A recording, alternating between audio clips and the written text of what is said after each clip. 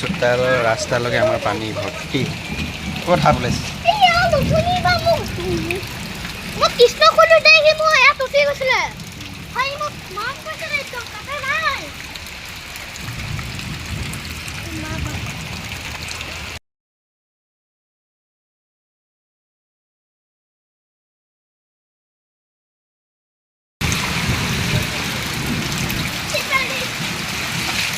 ৰাস্তা পুৰা ভৰ্তি।